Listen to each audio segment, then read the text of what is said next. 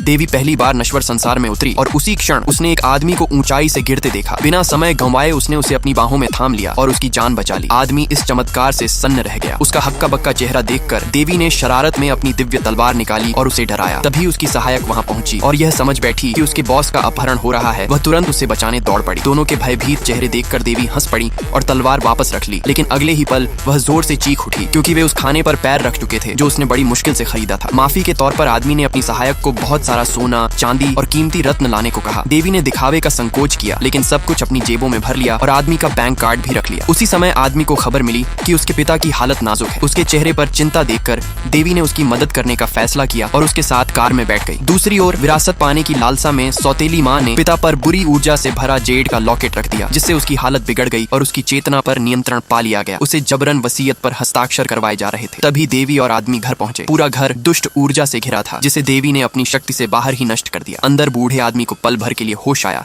लेकिन सौतेली माँ ने लोगों से उसके हाथ पकड़वाकर उसे फिर से हस्ताक्षर करने पर मजबूर कर दिया। तभी आदमी कमरे में आया और सच्चाई बताने ही वाला था कि वहां की बुरी ऊर्जा ने उसे जकड़ लिया। देवी तुरंत उसके सामने आ गई और सारी दुष्ट शक्ति रोक ली। तभी सौतेली माँ ने एक बटन दबाया और बूढ़ा आदमी अचानक खड़ा होकर अपने बेटे को वहां से चले जाने को कहने लगा। देवी समझ गई कि उसका व्यवहार असामान्य है। उसने तुरंत मंत्र पढ़ा और बूढ़ा आदमी गहरी नींद में चला गया। फिर देवी ने कुछ पत्थर बिस्तर के चारों ओर रखे जो पल भर में एक जादुई संरचना बन गए। बूढ़े आदमी से बुरी ऊर्जा तेजी से निकलकर समाप्त हो गई। सौतेली माँ ने देवी को दोषी ठहराने की कोशिश की, लेकिन उसी क्षण बूढ़ा आदमी पूरी तरह होश में आ गया और सच्चाई जानकर उसने सौतेली माँ को परिवार से बाहर निकाल दिया। हालात को हाथ से निकलता देख बाकी लोग एक एक करके वहां से भाग गए।